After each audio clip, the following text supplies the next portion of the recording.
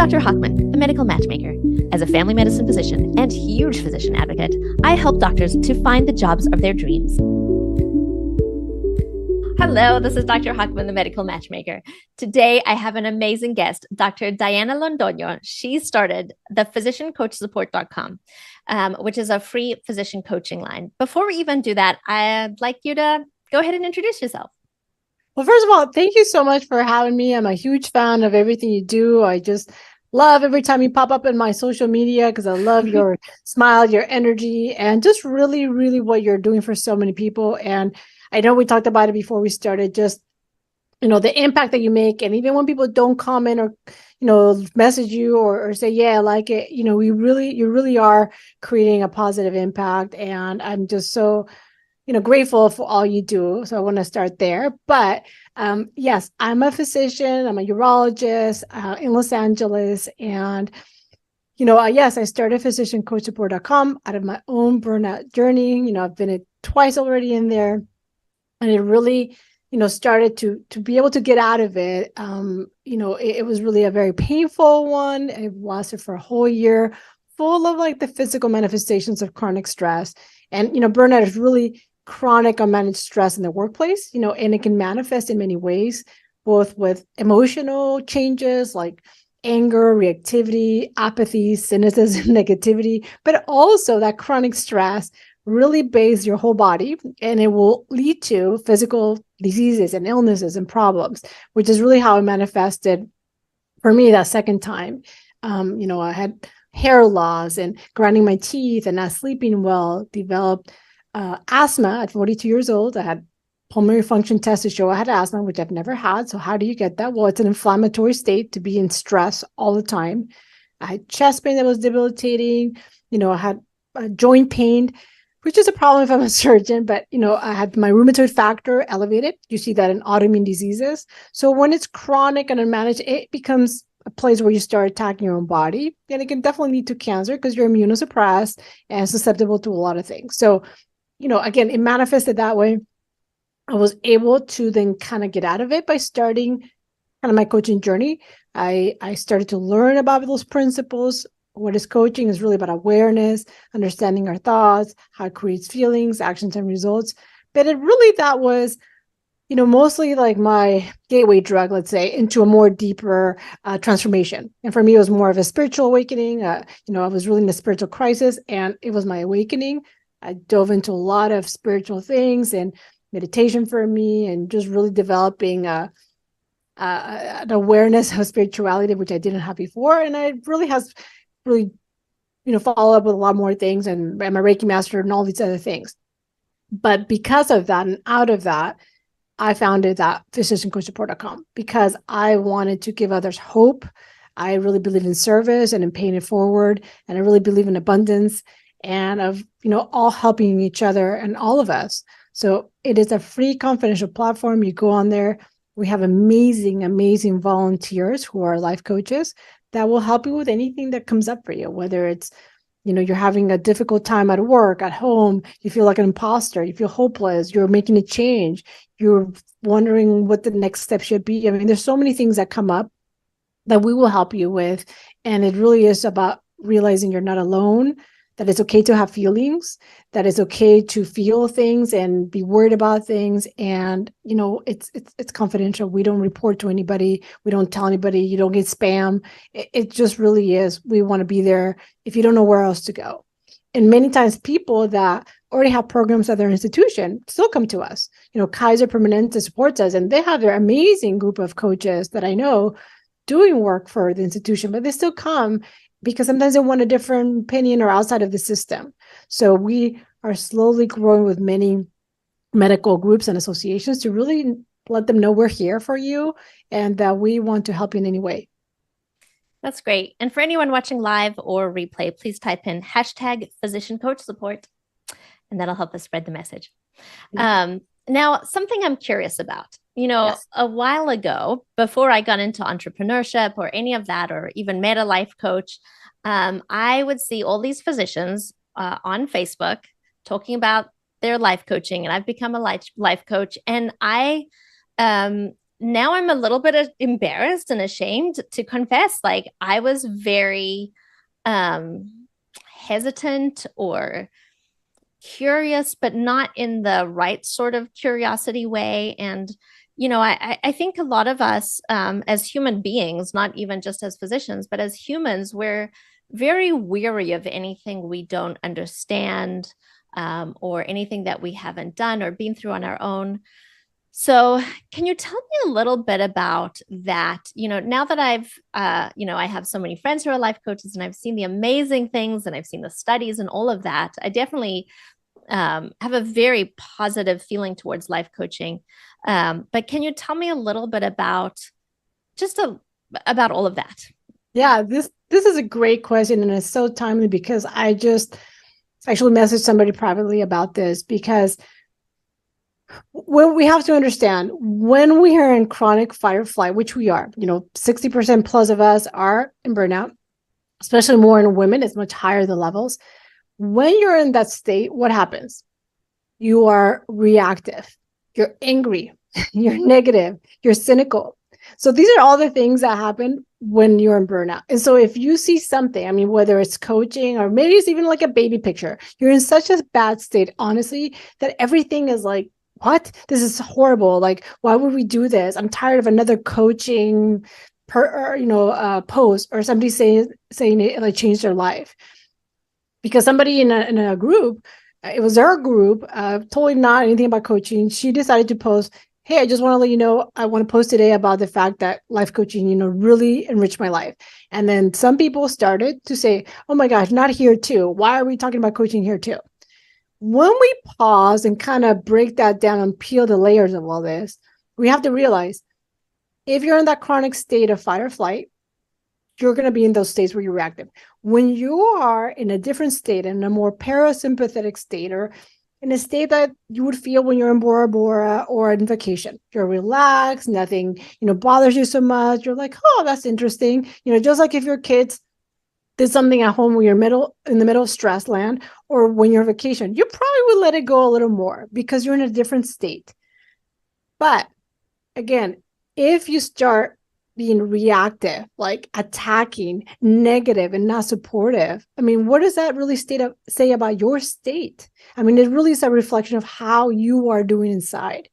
Because if somebody shares that life coaching was so helpful, you would be like, amazing, that's great. Maybe it's not my cup of tea, but why would I knock you down? Why wouldn't I celebrate you? I mean, whatever thing that helps people, that's what we gotta say, that's fantastic. I mean, it's just like if if you're not into Jesus, let's say, but if somebody posts like, Jesus saved my life, more power to you and to Jesus. Like, that's fantastic. Maybe it's not my cup of tea. Maybe I don't identify with Jesus, but if it helps you and it doesn't hurt anybody else, then that's fantastic.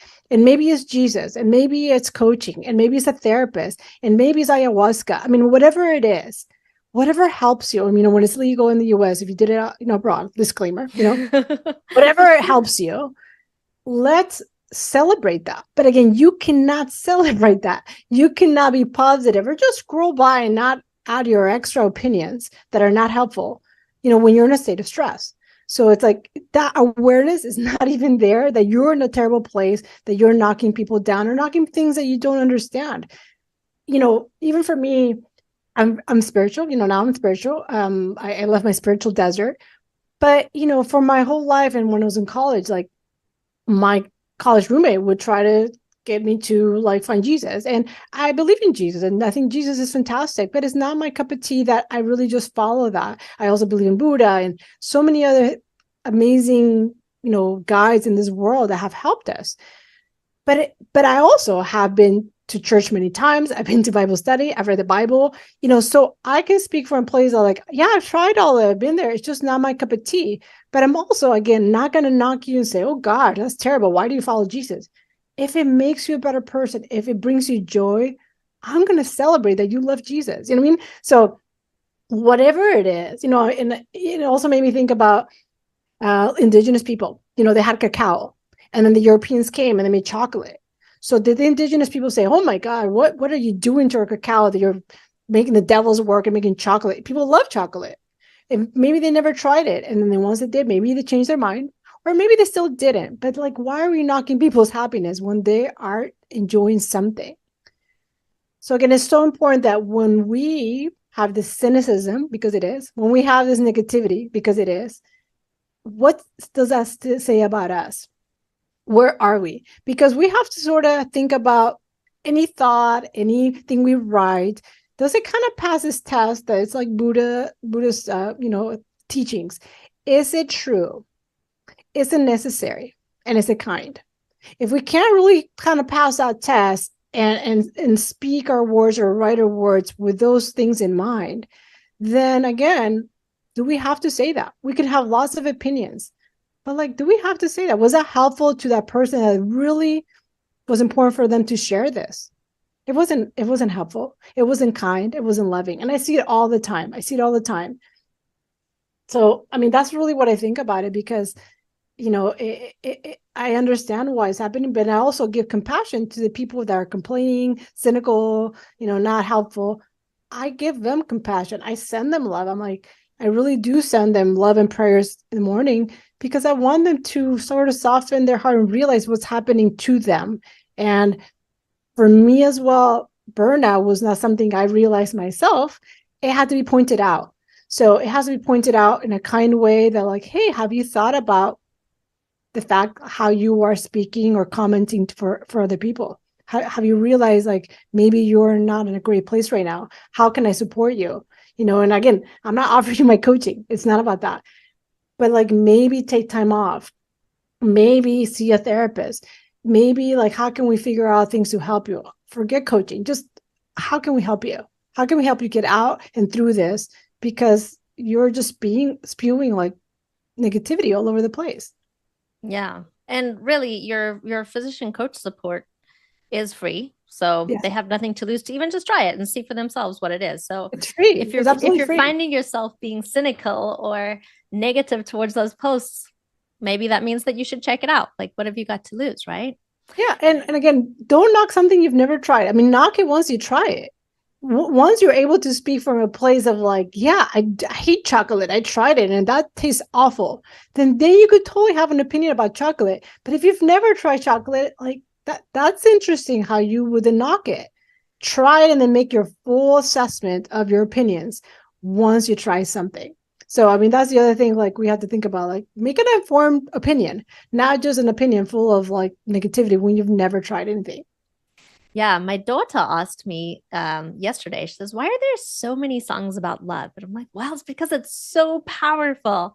And so, that's kind of reminds me of this. Like, why are there so many posts on social media about coaching? Because it's so powerful. I hear from people who've done it, how much has changed their lives.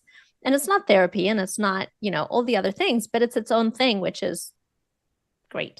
And the thing is that any successful person, I mean, like Tony Robbins, Oprah, any athlete, I mean, they don't just have like one coach, actually. They have like multiple coaches. They have a business coach. They have a PR coach. They have like a fitness coach. I mean, they have like a relationship coach. They have all kinds of coaches. And the fact that we don't realize extremely successful people have multiple coaches, and there's nothing wrong with that. I don't know why we make it such a weird thing about physicians. And again, it comes to back to the part that we're such a bad place that no matter what we put in front of physicians, we're like, we're going to knock it. We're going to be negative. We're going to lash out, because we're hurting. So it just tells me like the state of the world. And then again, I don't judge it. I just really like send love and light, like, to really realize, because again, it's the awareness is not there. There's no awareness of how bad that person is portraying when they are commenting with so much negativity, like so much cynicism. When you're in a state of relaxed and parasympathetic, there's a space, there's a gap between, the stimulus and the action. Because you could have like maybe thought about it like, okay, do I have to reply? Or like, is there something loving I can say? And, many times, and, I'm also triggered all the time. But then sometimes I have to say, okay, I'm not going to reply until I can think about a loving way to reply. And it may take me a few days. I might just have to like sit on it until I'm ready to reply in a more loving way than a more I'm angry, I'm triggered way. And that happens with anything. I mean, even my mom texting me, I've sat on that text for a day. I'm not going to do it until I'm ready.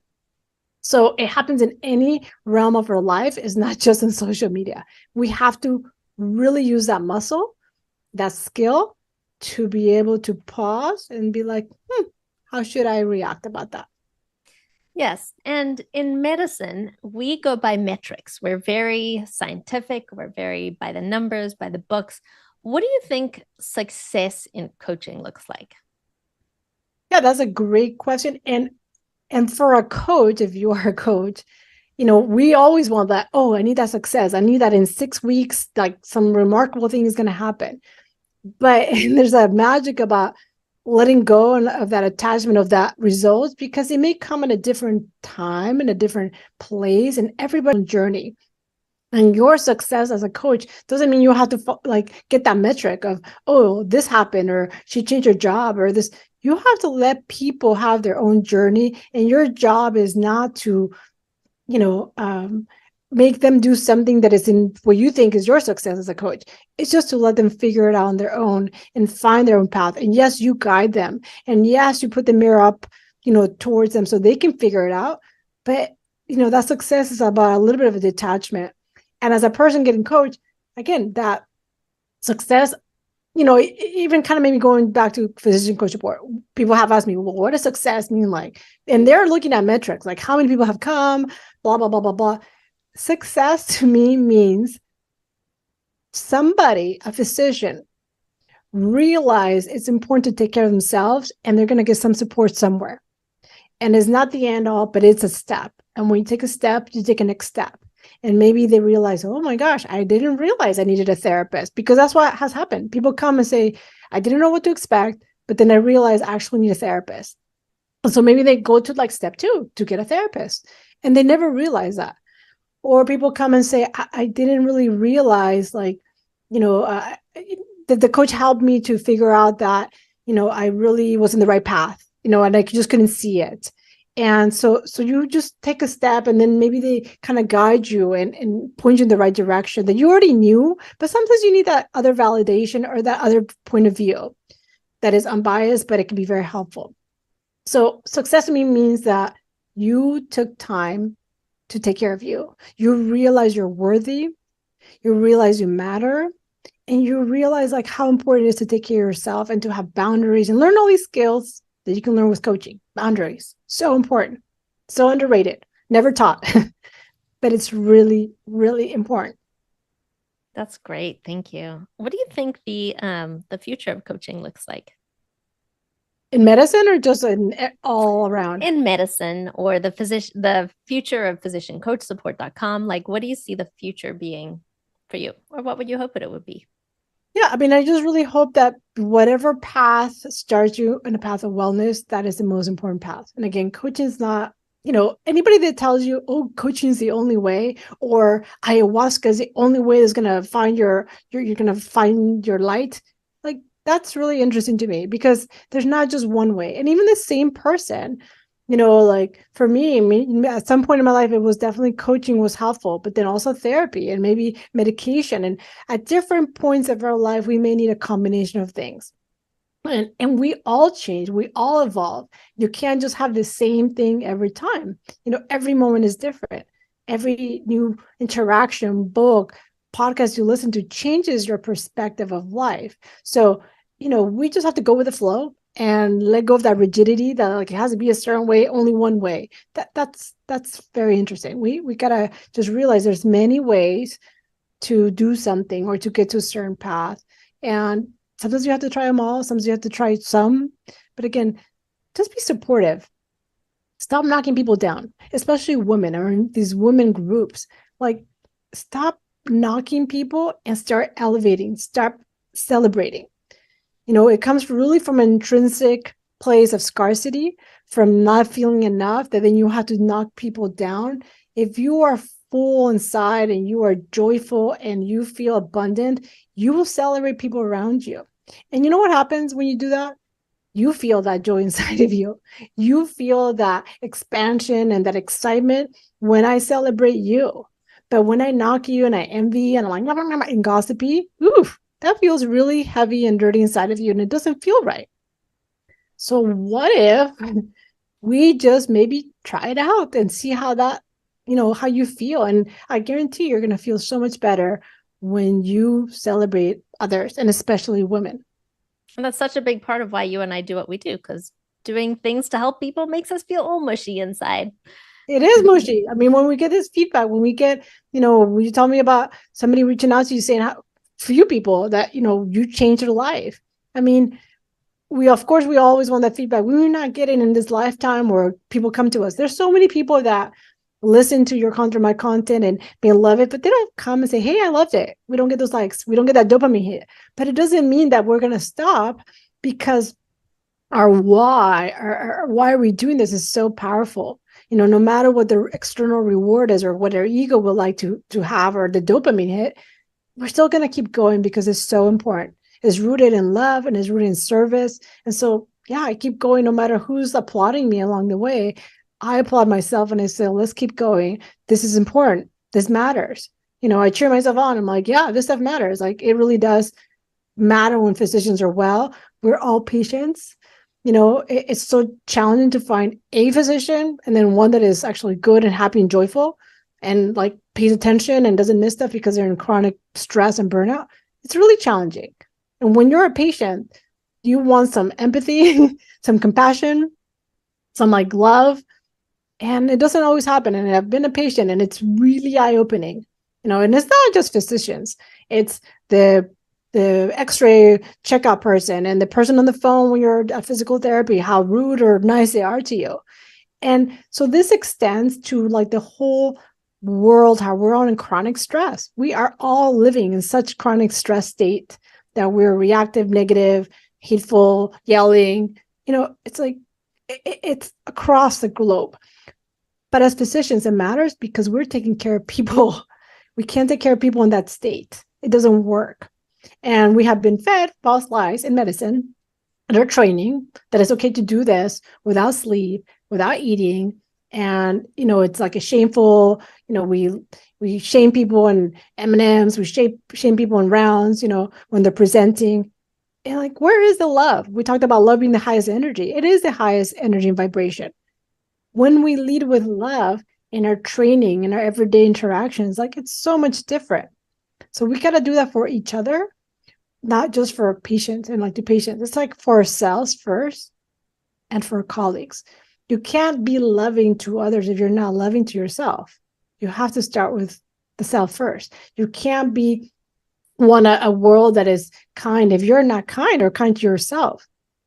And even like how many women speak, like their self-talk is so negative and so, deprecating. It's like, start with the self, start loving every part of you. It's like, it's not narcissistic. It's just about being loving about all the different parts of us, even the poochy parts, even the saggy parts, even the stretch mark parts. I mean, they are beautiful. They are a testament of things you went through, maybe having babies or whatever it was. I mean, there's so much beauty in our changes in our body. Like, love that. Don't try to change it and, like hide it and say it's terrible. Like, have a little self-love. I think it goes a long way. And then you can do it for everybody else. Yeah. So if you're a physician and you're watching this, this is totally resonating, or if you have a hard time being patient with your kids, maybe putting them to bed is frustrating, or you wake up dreading the day, or you don't love practicing medicine anymore, you just go to work to get work done, or all these things, please reach out to physiciancoachsupport.com. It's completely free. You have nothing to lose. And there's no strings attached. I mean, we don't say, oh, and then you got to buy some coaching. No, no, no, no. If any coach ever, which hasn't happened, starts to say, oh, this is my program, they get removed. They don't stay in our coaching program, because it's not about that. It's just really to help you. And there are zero strings attached to it. It's just for service. It's just to help you. And the medical board doesn't need to know. Yeah, we are not reporting. I mean, unless it's something like nobody yet has, any suicidal things. This is not suicide line. This is not a suicide prevention, but this is just to help you. We don't report to anybody. And there's other amazing platforms like Physician Support Line, which is by psychiatrists, Physician Anonymous. These are all on our site that are just places you can get support or use all of them. I mean, I have used all of them. I've been to Physician Anonymous. I've been to Physician Support Line. They are all very, very good. So use whichever one helps you. Or again, anything, therapy, anything. Buy a pet, buy a dog, quit your job, whatever you need to do, just do something to help yourself today. If you're hearing this, like really realize this message is for you to take care of yourself today. Don't wait for your asthma and for your GERD and for your joint pain to be your wake up call. I mean, you will, and everybody has their journey, but maybe best you don't wait till that point. Do it before you get there. Perfect. Well, thank you so much for being a guest. I'm so glad you're here today. I'm so glad you do what you do. Thank you so much for helping people. And as a reminder, if you are looking for a new job or you feel like your employer sucks, please let me know. I'd love to help you find something. I do have some practices that I am helping. Check out my website, www.happytohealth.co. These are all physician-owned private practices. They're amazing. They treat their doctors well. They give their doctors a voice. They're absolutely awesome. So please check that out. And if you don't see what you're looking for, let me know. I'll help you find something. So thank you so much, Dr. Londoño. I'm so glad you're here. And please leave a comment, like, share, all these things. All right.